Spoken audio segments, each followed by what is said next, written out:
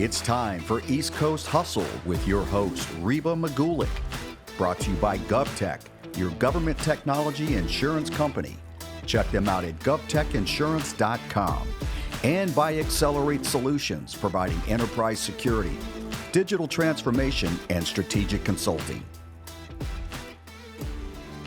Hi, I'm Reba Magulik, and welcome to East Coast Hustle. For those of you in the DC government contracting space, it's unlikely that you haven't run into my guest here today at some conference or federally focused social event. With over 18,000 followers just on LinkedIn, and having worked for household names like Lockheed Martin, Salesforce, the Department of Homeland Security, and now Google Cloud, he may just be the most popular man in DC. You'll never catch him without a big, warm smile to greet you, and he's earned the respect and admiration of some of the biggest names in our industry. He's here because he embraces life's journey, his spiritual life, and has built lasting business relationships. Allow me to introduce you to Darryl Peek, an executive leader to multiple government organizational communities. He currently serves as head of federal partnerships at Google Cloud and actively supports big organizations like ACT, IAC, and AFCEA. Darryl, welcome to the show today. Glad to be here, Reba. Thanks for having me. How do you do it all, Darryl? And what's the secret behind this big smile that you always have? Everybody wants to know. You know, one of the things that I say is that I don't have time, I make time. It really is important to put priority on the things that you find important. So, you know, for me, the smile just comes from just knowing how blessed I am. Okay. I am very fortunate to work in such a great community, be around so many wonderful people, and ultimately being able to make a difference. Okay. So that's one of the things that I'm excited about. I'm able to make a difference. I'm able to inspire folks, and surely able to help to transform the government, and is helping the community that I love. Well, I'll tell you, it's very genuine, and I think when you see that, you know it.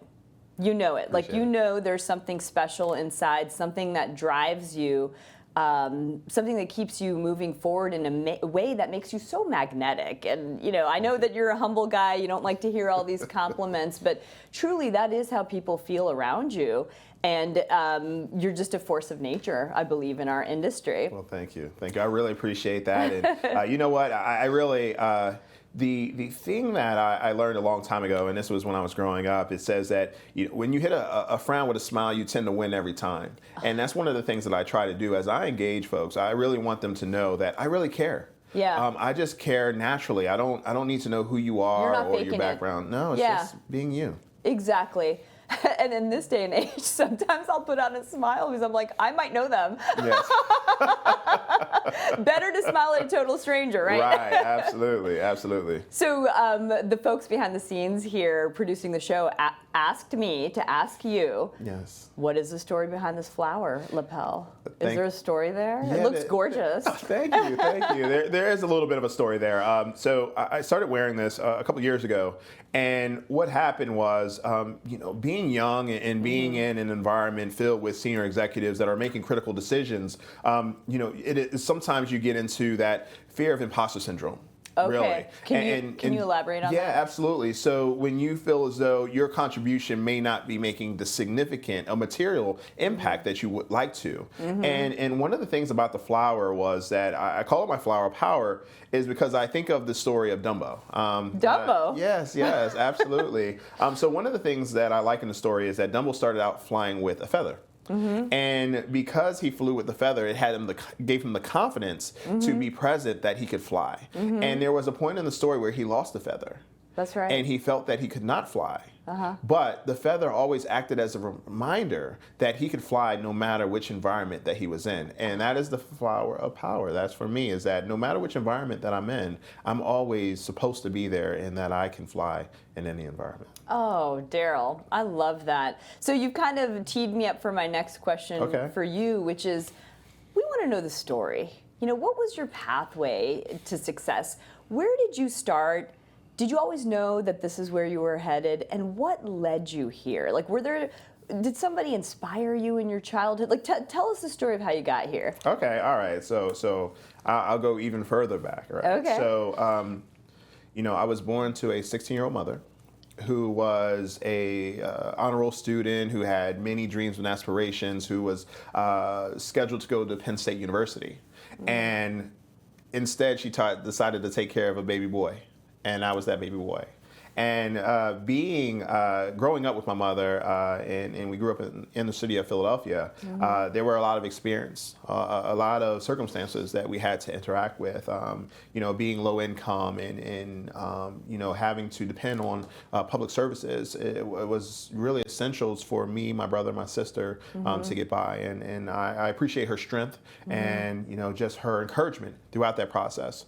I will say, as I started to become a teenager and come into my own as a young person, I had a ton of mentors, significant mentors who really helped shape my life. Were they family? Like, how did you attract these mentors? Some of them were family. Okay. My grandfathers were very instrumental in my life, both Army veterans, passed on now and fought in wars. But one of the things that they both instilled was resilience. Okay. Both of them were handymen.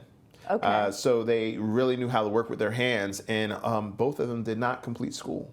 Oh my. So they learned it all on their own and tried to provide for their families. So I will say they were inspirations for me, great inspirations for me. Then as I go on into school and into the work life, I met more mentors and those who deposited insights into me and those who saw the potential in me. And I would say that those have been instrumental in my life, and I really do carry on. And I can hear myself using some of the vernacular that they used around me growing up. Yes, absolutely.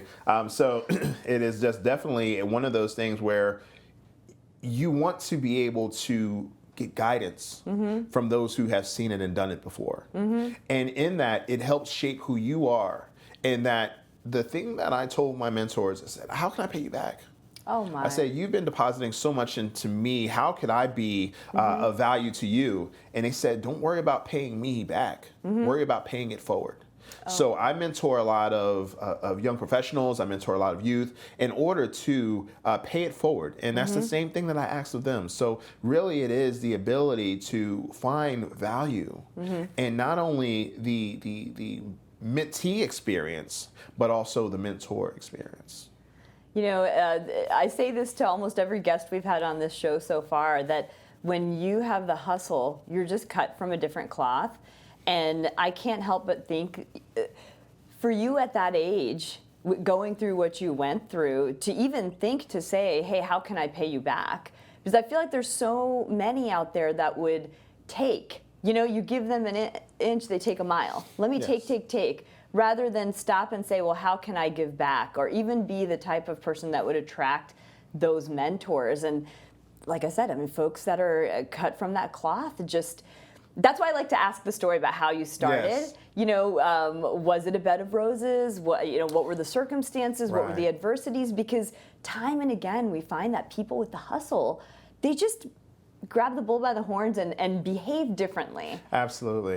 And my mother, she had that hustle, right? Clearly. She really taking care of two big boys and a daughter. It was definitely something that was challenging for a young mother, but she made it happen. And I gained a lot of inspiration from her. And when I think about, just my story in a single parent household, it really did help me think about what is the life that I want to have. Okay. And what is the future that I wanted to create? And being so fortunate to have a wonderful wife and two beautiful kids, that really did help transform that experience that I had as a child of a single mother to being a father and understanding the importance of being a father for my children.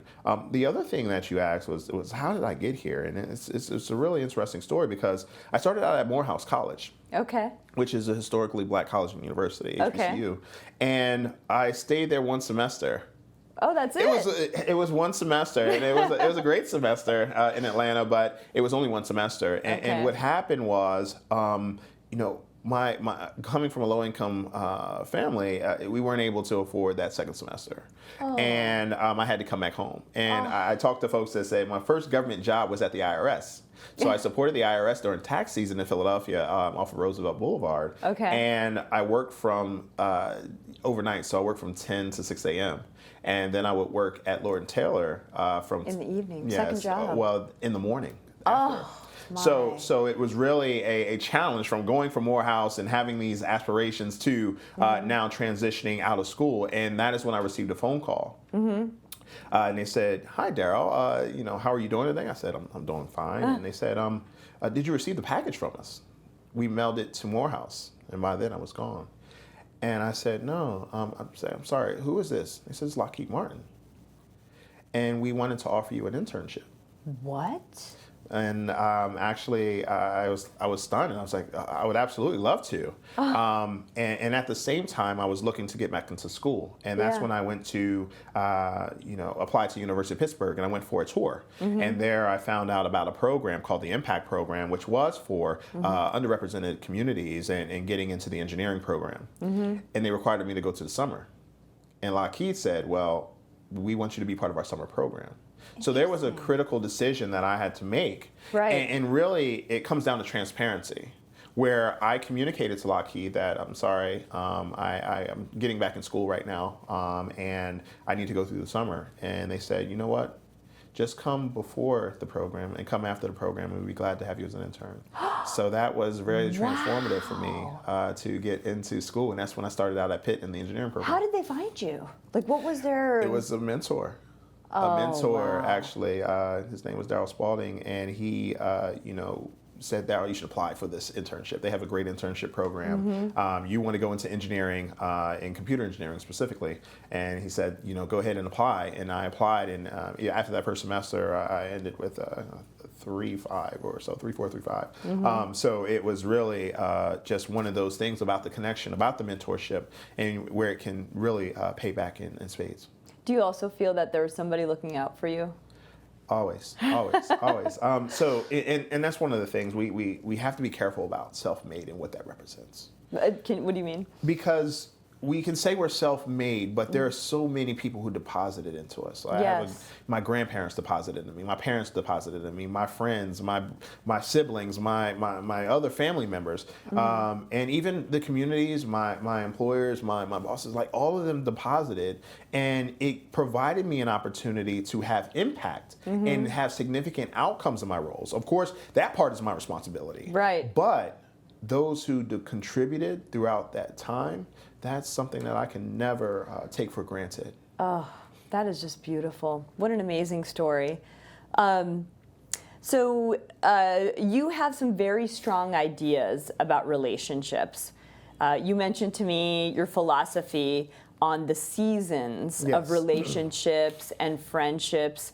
Can you please share with us your ideas? Share your ideas with the audience, please. Yes. One of the things that I learned in life is that people come into your life for a reason, a season, and a lifetime.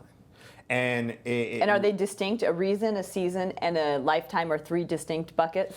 Yes, in some ways, because what happens is that there are certain aspects of the relationships that change. When we are younger, right, there are certain things that bring us together. Maybe it's video games, maybe it's sports, maybe it's school. And as we get older, our lives change. So I know, there are folks that are married, that are in relationships, that aren't hanging out with the single friends as much as they used to, right? The babies. So it really does depend on where you are in that life circumstance. But there are some people that are just there forever, right? And usually it's around family. But there are also close friends that you meet along the way that you just are always going to be connected no matter what. And I just appreciate all those times and those periods.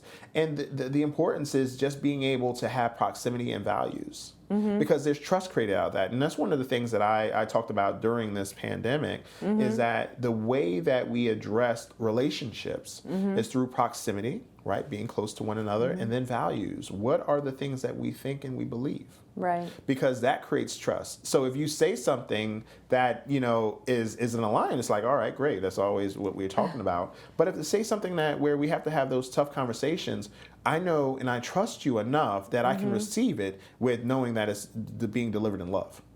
And that sometimes is missed in relationships and friendships. So that's where, I find myself just assessing the relationship where it needs to be. And there are some times where you learn about people that's like, I can't necessarily stay aligned with that over time. So those things are important in relationships and friendships. I was going to ask you that, like you kind of touched on it. Are there certain relationships that are toxic?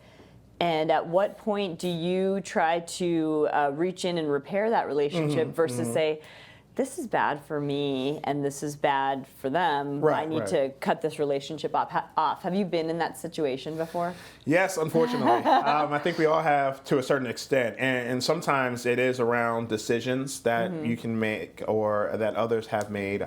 It's about, actions that, you may need to distance yourself from. And then it's about points of view. Where you can get into a scenario where that point of view just doesn't align with who you are, what you believe, and just understanding that, listen, sometimes there's love, but there's love from a distance. Yes. So being able to create that is very important. And I had a scenario where a friend, just was unsympathetic to certain communities and what they were going through. Oh, I see. And, just having to take a step away and just say, listen, we wish you no hurt, harm, or danger. Right. But we can't necessarily be, because that's not what we live. That's not how we operate. And it's very important to just understand what those lines and boundaries are when you're dealing with folks.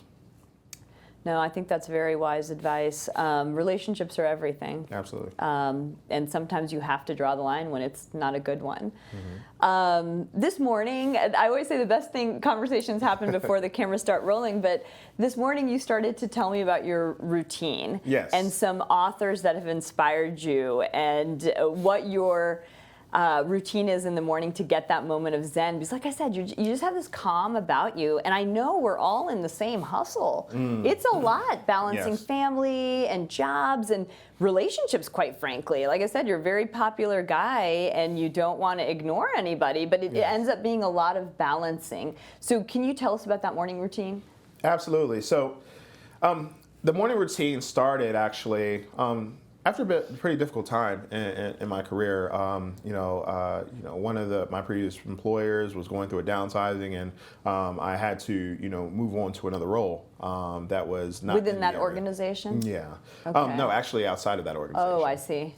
So it was, very early in my career. And at that time, I was winning awards and being recognized and rising star and things of that nature. And what happened was I just got into a place because I'm like, I got the degrees, I have the accomplishments, I have the background. What is going on? Why am I not jumping into that next opportunity? And I started watching motivational videos. Okay. Les Brown, Jim Rohn, Tony Robbins, Zig Ziglar, and the others. And I started reading quotes, a lot of quotes. Okay. And those quotes started to really inspire me and shape my thinking, where I can't get down in the dumps because things aren't happening. It's actually setting me up for where I need to be, that next person. And, and there was one speaker, and I can't remember the name right now, but he said, "Who is your hero?" And he says, "Me 10 years from now." Oh, I love that. And me 10 years from now is his hero. Yes. That is so cool. As long as you chase that 10-year you'll always improve. And one of the things about the routine is that I started to study successful folks. Okay. And I watch videos of successful CEOs, successful leaders, and they all have certain routines that they have. And one of the things that I came across was, just books around motivation, inspiration, and outcomes. And Robin Sharma actually wrote a book called The 5 a.m. Club. The 5 a.m. Club. Yes. All right, I'm going to pick that up, even though I don't know if I can. I may not be able to do the 5 a.m. Club, but I'll try. But essentially, it talks about 5 a.m. and really starting your day with purpose. Okay. And being able to know what you want to achieve, being able to get your mind ready physically, mentally, and spiritually, so that this way you can take on the day. Because we all need a recharge, right? Even though I smile, I need to recharge after some days. Some days are harder than others. Of course. And because of that, I take my walk in the morning. I usually have in my headphones. I'm listening to just inspirational podcasts, inspirational videos, and also spiritual videos. And in that, I'm able to say, let's take on the day. Let's take on the day. So that's one of the things that I like about the routine. And the other thing is that it helps you just know how to understand how your day's going to start. Right. If I don't do my routine, it really does put me behind. I feel like I'm behind. I'm like, I didn't start my day right. So that's where I really focus on routine, and actually some videos, for the audience are on YouTube that are absolutely incredible. I watched Tim Cook, Mark Zuckerberg, Sundar Pichai, and others that really have pretty interesting times that they wake up, pretty interesting morning routines, and I really did learn a lot from that, and that's how I adopted it in my own. We'll make sure to put links that would be very helpful to listeners. We'll be back with more East Coast Hustle with your host, Reba Magulik, after this brief timeout. For all of my friends in the government contracting business, I want to tell you about a company I know well, led by one of our guests on East Coast Hustle, Kevin Fitzpatrick at GovTech. Kevin and his team are experts in liability issues that face the GovCon industry.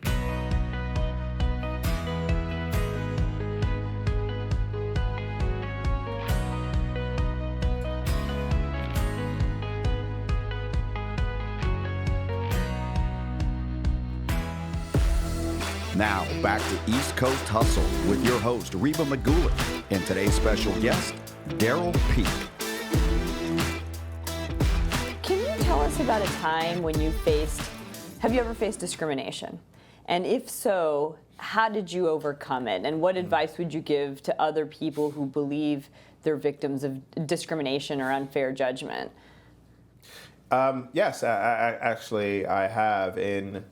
What happens in those scenarios is that, empathy is an interesting thing. Okay. Because it puts you in the shoes of that other person. Okay, yes. And you just never know where folks are coming from when they express certain prejudice, when they express racism, or when they express some other negative trait. And being young, black, and gifted, you experience that from time to time. And what I realized is that I can't control anybody in this world, right? Not down to my own household, right? I can't control my kids. Yeah, nobody can control their kids. But I can control my response. Yes. And how attitude is everything. Yes. And that in certain circumstances, it's not you being able to look at it as fight or flight, but understanding that sometimes you need to just remove yourself from a situation. Okay. And that in the aggregate, I've had so many more positive experiences with people than negative. So I do experience it from time to time, but what I do is utilize it as an opportunity to, one, understand that that still exists, right? Right. But secondly, that I'm always controlling my response and moving on to environments which are conducive, helpful, and help me grow. Yes. And that's where you have to have, when we think about growth mindset, it's not only about you learning and doing and pursuing, it's you knowing what you need to walk away from. Yes. And you knowing where you have to evolve from. And that's where I tend to go with certain discrimination aspects that I've received. Now, there are times where you're in a job where, you just work with a difficult employer or a difficult manager, and you have to be able to take a step back because you own a bit of that decision. You own the ability to stay or to leave. You own the ability to really have those tough conversations. One piece of advice that a Army Lieutenant Colonel that I used to work with earlier in my career, he said that he always gives praise in public and hell in private. Oh, interesting. And when you have difficult conversations or conversations where you think that the line was crossed, it isn't an opportunity to just go ahead and broadcast it. I know, social media is popular for doing that nowadays, but sometimes you have to have that closed door conversation and where you're able to find common ground and where each of you are able to understand where you are with certain outcomes. And with that, you're able to have trust that's developed as a result. Because the worst thing that you can do as a leader is to, vocally, chastise a person and then expect them to give you their best the next day, the next week, the next year. That sounds very practical. But I think people appreciate when you have those closed door conversations. It may get a little loud in there. Right. But they walk away saying at least that person did not disrespect me Exactly. in front of my peers and in front of others. And I think that it goes a long way. I know that there are different leaders who have different leadership styles, but I like to lead with empathy. And with that, it is being able to have consideration for those that you work with and having appreciation for those that you work with. One of the other things that I tend to value is that knowing everyone in my office. Right? Not just my peers, not just the leadership, but the janitorial staff, the folks that make it happen, the folks that create that quality of environment that we all enjoy. If you don't take the time to appreciate those folks, then you are missing out on the greatest opportunity to be a good human in the world.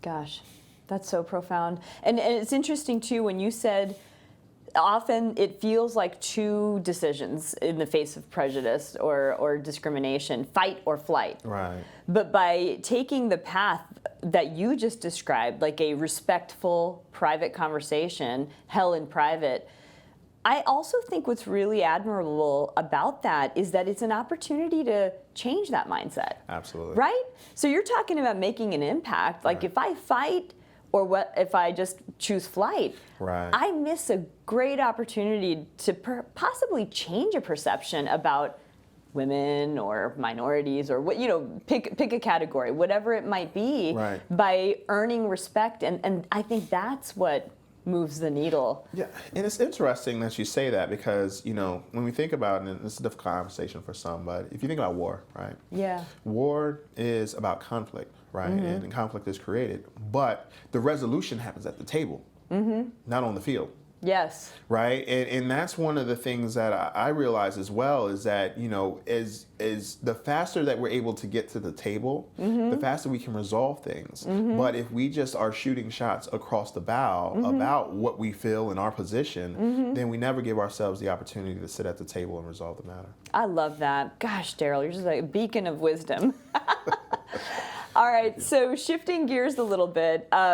Because of the nature of our jobs, I mean, how often have we run into each other at a social event late at night? Yes, I think I took a picture of you in a conga line. I do like a good conga line. I'm yes. like, that guy, he is having more fun than I am at every event, and I have a lot of fun. Right. But my question is, because of the nature of our jobs, a lot of our work occurs over dinners, yes, late night events, multi-day conferences. How do you balance your personal and professional life? And are there times where you struggle to be a good husband or a good dad? Well, that's a very, very important question because when you think about successful people, you typically have certain scenarios where they weren't able to balance both, right? The professional and the personal. I am very fortunate to have an incredible wife that, really supports me. And we actually met at work. Oh, okay. Yeah, and after a while, we thought it was best for, raising our children to have her stay at home, which is a sacrifice in itself. Yes.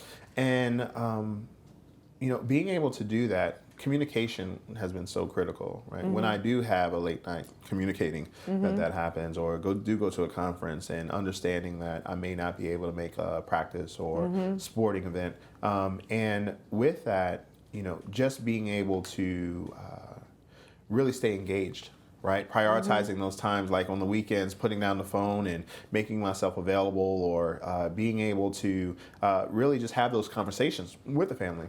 The other thing that I did, and this was earlier on, is I prioritized coaching my kids. Coaching them? You mean like in sports? Or? Yes, in sports. Okay. So soccer, baseball, football, whatever I could coach, because I was an athlete growing up, that really gave me the opportunity to engage with my kids. Now, of course, I'm coaching a whole team, so I have other kids on the team. But I think that seeing that part of my kids has been really incredible in celebrating them. But I also prioritize when they do have sporting events, when they have games and things of that nature. I make sure I'm there. I'm the dad bringing the extra chairs of the tent. So really balancing personal and professional, I think it really starts with valuing as a core principle. Yes. Right. Saying that family is important to me, and secondly is being able to just make the time. Right. And as I said earlier on, it's like not having time, but making time is so important, not only personally, but professionally. So yes, there are some later nights, but I will say that being able to go on trips with my family, being able to spend quality time with my family is one of the most important things to me in what I do and enjoy. That's beautiful. Yeah, I think you said something interesting there, that your spouse was on board with your job, absolutely. right? And growing up, I always think about my dad. He took a lot of business trips, etc. But I told myself as a parent, a working parent, that it's quality over quantity. Yes. Because there are certainly those parents that are there Right. 24/7 for their children. Absolutely. But it may not necessarily be the best experience Right. for the child Right. or for the parent. Right. But if you can make those short times together, if it unfortunately has to be a short time together, like you said with your coaching, high quality. For sure. Make it high quality. It's that small thing that your kid, we all have those sweet memories of our parents, that small, teeny tiny thing that they did.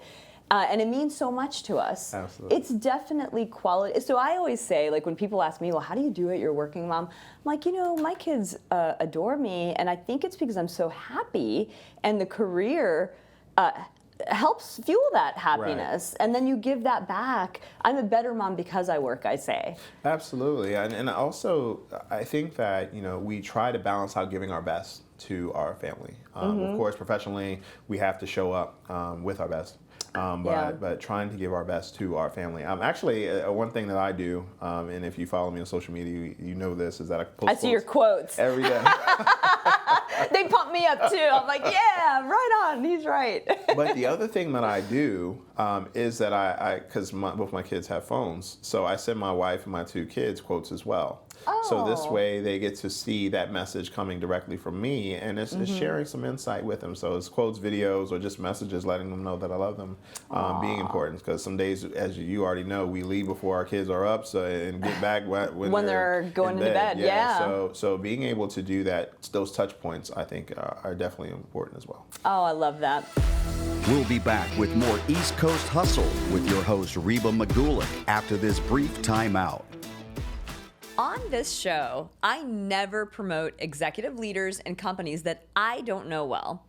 My friends and colleagues at Accelerate Solutions are truly gifted experts across the company's 3 service areas: enterprise security, digital transformation, and strategic consulting. Accelerate optimizes efficiency and effectiveness and enhances the security of America's physical and cyber infrastructure, as well as personnel. Agencies as large, complex, and important as the FBI depend on Accelerate. To learn more, visit acceleratesolutions.com. That's XCELERATE solutions.com.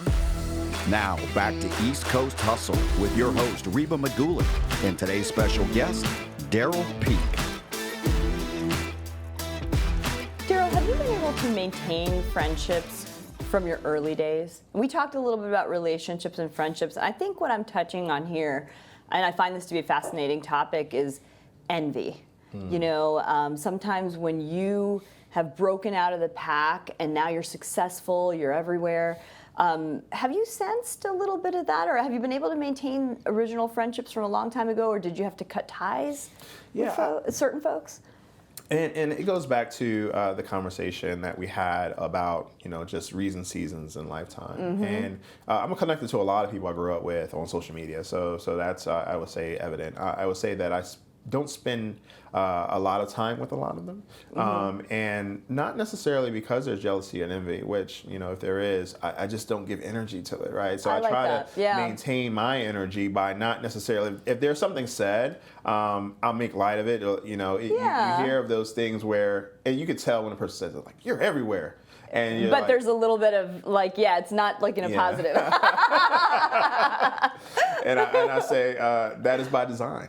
So it's really taking a higher road when you do experience or hear from them. And if they're not around, I don't really hear it or look for it. And really, it's a couple quotes that I live by and that have helped me throughout my life. And actually two of them by Gandhi. And one is be the change you want to see in the world. Right.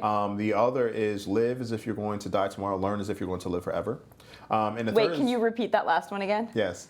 Live as if you're going to die tomorrow and learn as if you're going to live forever. Oh, I love that. Beautiful. And the third one that I like is from Colin Powell, and he says that luck is when opportunity meets preparation. Okay. And being able to just understand when people say, you're lucky. Yeah.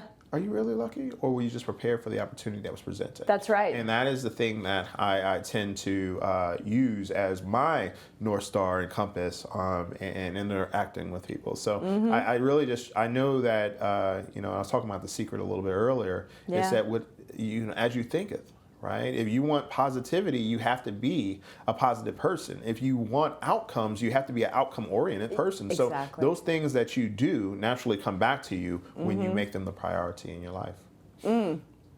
Perfect. Let me ask you, as somebody, I mean, you could almost write a thesis on successful people with all the reading that you've done, but for you personally, what has surprised you about success, either good or bad? Right. I will say that the surprise is that it really does make you more of who you are, right? Growing up, I was always happy. I was always an extrovert. I love to be around people. So now that I have reached a level of success, I love being around people. Yeah. I love being happy. I love having experiences. And because of that, I know that the bar is being raised, though, right? Is that there's more expectation as a result of this success. But at the same time, you're able to step up to the challenge because remember, the person that I saw was a hero was me 10 years in the future. So that's going to be a now good T-shirt that I'm here, for me. I love that. I really do take inventory of how can I bring my best self. So one of the things, and this is one of my own personal things that I do, is I grade myself every year. On what aspect? Yeah, the one thing that I noticed is that we stop grading ourselves out of school, right? Yeah. After you get out of school, the idea of 8F doesn't really play a role, and I don't even think they use 8F anymore. But I would assess myself mentally, physically, spiritually, emotionally, academically, financially, politically, and other aspects as well. And that would give me the opportunity to say, well, where can I improve?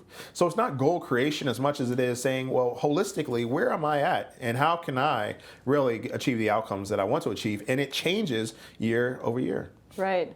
That's fascinating. All right, so I've got one last question for you. Okay. And that is, I want to end with where we started. You started to tell me an interesting story this morning about you cutting your lawn, and you were making that an analogy to life, and I want to hear the end of it. Yes. I want to hear where you were going with that. Okay, fantastic. So the way that I think about it is that, when we think about our lawns, it usually addresses annually. So just being able to create an annual strategy or annual desired outcome of your life. And in that, we're all planting seeds. And in life, we're all planting seeds. Every interaction, every connection, that's all being a seed planted. And you don't know if you're going to get the growth that you anticipate, but all of them have potential. And in that, the environment plays a role in that growth. Sometimes environmentally it can rain, you could just have some water that just drips over to your yard or things of that nature. Or you can help prime the pump where you can water your own lawn. Yeah. Right? You can Plant go the read, fertilizer. you can go learn, you can take classes and things of that nature. But, as you start to grow, there are certain times where you have to really shape what your outcome is. That's cutting the grass, right? Sometimes you got to cut the grass. Sometimes you can't let it overwhelm because you miss out on other aspects. And the thing that I also talk about is that, I have a small dog, Kiki, and Kiki likes to go around in the yard. And when she goes around the yard, she messes up my yard, right? And it's like, even, and the analogy is, even some people that you love will unexpectedly mess up your yard. Yes. And you have to find ways to address those aspects as well. And we all have our personal stories, so we don't need to go into too much depth. And with that, you also need to cultivate and add things as well, right? Whether that's bringing on other team members or being able to add other people to your life that provide that value. And I cut my grass, and people would say, Darryl, your grass is amazing. And I put down fertilizer and things of that nature. And then one day I was going for a walk. Saw another neighbor of mine, Mark. And Mark, his yard is amazing. Every time I see Mark's yard, I'm like, Mark, your yard is amazing. And I said, Mark, but one thing I wanted to ask you, because we started talking about his yard, I said, but the common area also looks great. It looks almost just as good as your yard. Yeah. And he said, Darryl, you know what? He says, I believe that we are a $1 million neighborhood. Yeah. And in that, I want to make sure that I can contribute to every time people see the common area, that they see it as $1 million neighborhood. I said, Mark, you know what? He That's takes incredible. care of that common area? He takes care of the common area on top of the landscaping. That's and amazing. I said, and he says, you know what, Darryl? He says, I'm not giving all my product to the common area. He says, but then when I do have a little bit extra, he says, I don't mind contributing that extra to the common area. I said, you know what, Mark? That's important. And I started doing that. Okay. Right, where I would put down my fertilizer, I would cut down my grass, I would overseed. But then whenever I had a little bit extra, I would then take that to the common area and treat it so that this way it has the same beauty as the others. And really what it means is that we can be the change we want to see in the world. And sometimes it may not require you to do everything for a particular initiative, but at least you can do something. Right. And that's the importance of being charitable, being philanthropic, and really trying to contribute. So that is really important to me, and that is the story of grass. I love it. We have common area behind and now I'm going to look at it totally differently. I'll have to tell my husband to fertilize that a little extra.